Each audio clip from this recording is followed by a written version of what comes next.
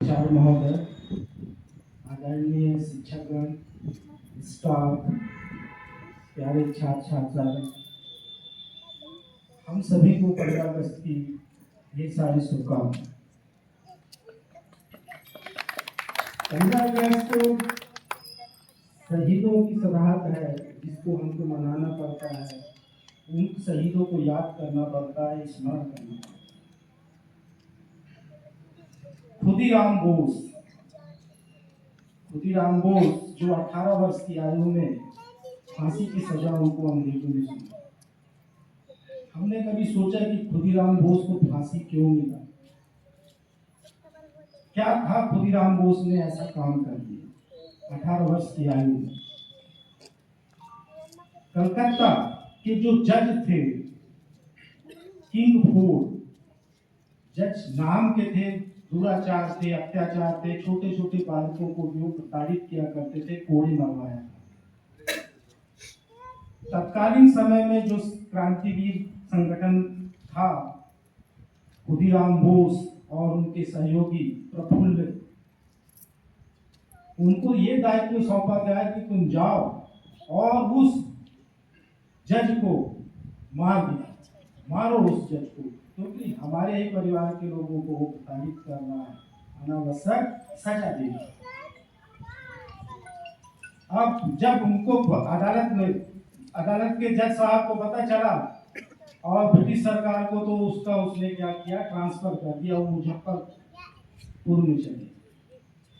खुदीराम बोस ने और उसके साथी ने मुजफ्फरपुर चले गए और रेकी किए, और रेकी करने के बाद उन्होंने देखा कि एक बग्घी से जा रहा है, पता चला कि उस बग्घी में ये हो सकता है किंग बोस। उन्होंने बग्घी पे बम गिरा दिया, बम फेंक दिया। अब बग्घी में उस समय किंग फोर्ड नहीं था, उसकी वहां पास ब्रिटिश सरकार में तत्कालीन समय पे जो भी गवर्नर था, उसके एक लेडीज और उसके बच्चे थे, बच्ची थी, वो दोनों खत्म। खुदीराम बोस वहां से भागे, 40 मील तक चले। तत्कालीन अंग्रेजी सरकार ने उनको पकड़ लिया, और पकड़ने के बाद उनको फांसी की सजा दिया। तो अदालत ने जब उसको फांसी की सजा दिया गया, तो खुदीराम बोस के चेहरे पे जरा भी घबराहट नहीं था, मुस्कान था, और मुस्कान था। उस मुस्कान की वजह से, और भगवत गीता था साथ में। आज हम कहते हैं कि अदालत में भगवत गीता क्यों पढ़ा जाता है? इन्हीं शहादत की वजह से भगवत गीता को रखा गया। खुदीराम बोस की सदाहत की वजह से कलकत्ता में जब धोती बना, तो धोती के पल्लू नीचे साइड में खुदीराम बोस लिखा जाता। अब सोचिए कि खुदीराम बोस कैसा था 18 वर्ष की आयु में, क्या चीज करना चाह रहा था। उस अंग्रेज का किंग फोर्ड जो जज था, वो डर के कारण वॉलंटियर रिटायर ले लिया और अपने देश चला गया, और वहां जाके हार्ट अटैक से मर गया। सोचिए, एक घबराहट उत्पन्न कर दिया कि अगर आप किसी के ऊपर अत्याचार करोगे तो हम भी आप उसका बदला लेंगे। तो इस प्रकार खुदीराम बोस की शहादत थी। धीरे धीरे हम अगर देखें शहादत के मामले में, तो भगत साहब आए, सभी को जानते हैं। अब भगत साहब को 21 वर्ष की आयु पे फांसी की सजा मिली, क्यों मिली, ये भी प्रश्न होगा। तो मिली किस लिए कि उस समय अंग्रेज सरकार ने 2 बिल लाए। 2 बिल कौन सा लाए? एक आपका आया ट्रेड डिस्प्यूट बिल, और नागरिक सेफ्टी बिल लाए। मतलब अब देखिए, ये दोनों बिल बहुत खतरनाक। नागरिक सेफ्टी बिल जो था आपका, किसी भी व्यक्ति को संदेह की अवस्था में पकड़ के उसको जेल में कारावास पे रख सकते, संदेह पे ही उसको कारावास पे रख सकते थे। और दूसरा आपका क्या था? Trade dispute bill. ये बिल इसलिए था कि क्या होता था, जो मजदूर थी कभी भी आंदोलन में चले जाते थे किसी मांग को लेके, तो उसके लिए आपको आंदोलन की करने के पहले परमिशन लेना पड़ेगा, आंदोलन आप कर नहीं सकते। इस प्रकार के बिल को, मतलब कि एक अंधा बिल, काला बिल, वो भारत सरकार पे, भारत के मजदूरों पे, हमारे नागरिकों पे लागू कर रहे थे, उसका विरोध उन्होंने किया। तो हालांकि उतना समय तत्कालीन आपके मोतीलाल नेहरू और मतलब कुछ नाम है, पटेल जी हैं, पटेल जी, विठला पटेल शायद ऐसा कुछ नाम है, उन्होंने विरोध जाहिर किया और अदालत, वो जो सांसद था, सांसद में भारी मतों से उन्होंने जीत ली। लेकिन आपका एक वीजा लाकर तत्कालीन वायसराय गवर्नर ने उसको लागू करना चाहा, दोनों बिल का।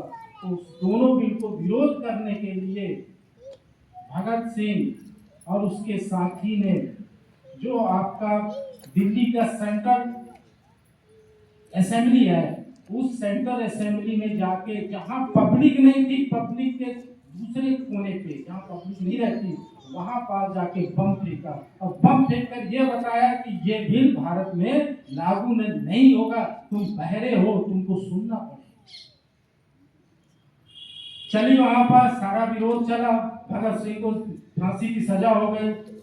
और भगत सिंह जब पूछा गया तो भगत सिंह ने बहुत अच्छे तरीके से एक बात को बोला कि बम और पिस्तौल से क्रांति नहीं लाते, बम और पिस्तौल से क्रांति नहीं लाते, क्रांति की तलवार विचारों की शान के साथ तेज। आप अंदाज लगाइए कि क्या चीज थे भगत सिंह। हमको बम और पिस्तौल की आवश्यकता नहीं है कि क्रांति लाना। हमारी जो शान, यहाँ जो शान शब्द है, जैसे तलवार पत्थर में घिसते हैं तो नुकीला बनता है, तेज बनता है, तो यहाँ जो शान बोला गया है, वो पत्थर बोला, वो सिल बोला गया है। जहाँ ये विचारें आपकी क्या होती है, तीखी होती है, तभी जाके बदलाव होता है। हम तकनीकी क्षेत्र में हैं, हमारे विचार ऐसा होना चाहिए जो भारत के विकास को आगे बढ़ा सके निरंतर। हम नवाचार करें आचार के साथ, नैतिकता के साथ, निश्चित तौर पे हमारा देश आगे बढ़ेगा और आपका मान सम्मान चारों दिशाओं में फैलेगा। अब इसी क्रम में हम चले, हमारे जो संत हुआ करते थे, संत फकीर, वो क्या कहते थे, स्वतंत्रता क्या है, सौ और तंत्रता से मिली हुई है ये आपका। अगर हम बोले सौ मतलब स्वयं और तंत्र मतलब आपका, अगर कहा जाए तो एक नियम, स्वयं के लिए नियम आपको बनाना है। और स्वयं का जब हम स्वयं की गणना करें तो स्वयं क्या है, हमारे पास जो लोभ, मोह, मद, मत्सर, ये आदि अहंकार, ये जो चीजें पड़ा हुआ है, उसको अपने अंदर से निकाल दीजिए। जब इसको आप मुक्त करेंगे तो आप स्वतंत्र हो जाएंगे। जब आप स्वतंत्र होंगे तो नया तंत्र बनेगा और वो नया तंत्र जो बनेगा वो अक्सर सभी को विकास करेगा, स्वयं का भी विकास होगा, आपके साथ जो जुड़े हुए हैं उनका भी विकास होगा। तो संतों की वाणी भी हमारा है जो यहाँ पास बोलते चले। हम यहाँ पास विवेकानंद जी के बारे में बोलते हैं। विवेकानंद जी क्या बोलते हैं, स्वतंत्र में आदमी का विकास कब होगा, जब व्यक्ति तीन चीजों से मुक्त हो जाए। क्या चीजें हैं आपका, एक है मटेरियलिस्ट, ठीक है, जब उसके पास स्वयं का जो लोभ है, जो पदार्थ हैं, इनसे अपने आप को अगर मुक्त कर ले तो वो आप समझ जाइए स्वतंत्र हो जाए। आर्थिक लोभ पे ना पड़े, इससे मुक्त हो जाए तो स्वतंत्र हो जाए। वाभिचारी ना बने, इससे मुक्त हो जाए तो वो व्यक्ति ही असली स्वतंत्र है और विकास कर सकता है। साथ ही साथ आध्यात्मिक ज्ञान का उत्थान कर सकता है और उस उत्थान से सभी का विकास हो सकता है। तो मैं अंत में यही कहूँगा कि संस्था परिवार के सभी साथियों से और छात्रों से नए विचार, नवाचार लाइए, आचारों में पवित्रता रखिए, किसी के पीछे दुराचार की भावना ना रखें।